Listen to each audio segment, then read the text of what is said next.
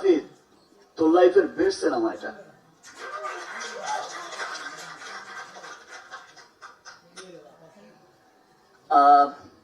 এই প্রোডাকশন, এই যে এই প্রোডাকশন হাউস আছে, এই কোলাবোরেশনের সাথে এটা আমার সেকেন্ড কাজ। রাফির সাথে আমার এটা সেকেন্ড কাজ। আমি ডাবিং এ যখন ডাবিং করেছি আর দেখেছি সিনেমা, তখনই আমার কাছে মনে হয়েছে ইয়েস, কি বানালো। তাণ্ডব কিন্তু অসম্ভব পরিশ্রমের একটা সিনেমা। তাণ্ডবের ফাইট যেমন অসাধারণ হয়েছে, গান অসাধারণ হয়েছে, স্টোরিও অসাধারণ স্টোরি। আমি তাণ্ডবের শিল্পী হয়েও আমি মন্ত্রমুগ্ধের মতো দেখেছি। দেখেই মনে হয়েছে কি চমৎকার সিনেমা। তাণ্ডবের এন্টায়ার টিম, তাণ্ডবের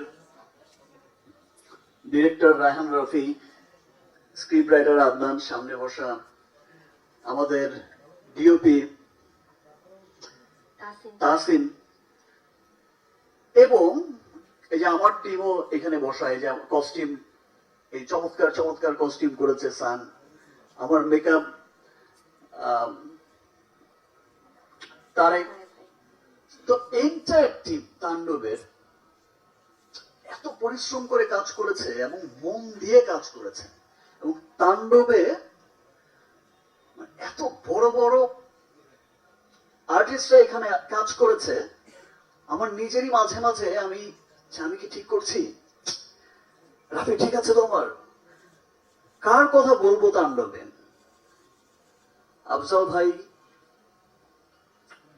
এই যে আমার সামনে রাকায়াত ভাই বসে আছে, মুকিত ভাই বসে আছে, লাবলু ভাই বসে আছে, সুব্রত দা, আর আমার পাশে যিনি বসা জয়া, জয়ার তুলনা তো জয়া নিজেই। কি অসাধারণ অ্যাক্টিং করেছে। এবং এই পাশে আরেকজন যিনি বসে আছে, অলরেডি লিচুর বাগান দিয়ে তো পাগল করে রেখেছে সবাই। তো আর সত্যি বলছি, যেটা রাফি অসাধারণ একটা সিনেমা বানিয়েছে, এটা আজকে আমি বলে গেলাম, দুদিন পরেই তো সিনেমাটা মুক্তি পাবে, সবাই দেখবে। আমার বিশ্বাস যে প্রত্যেকটা মানুষ সিনেমা দেখে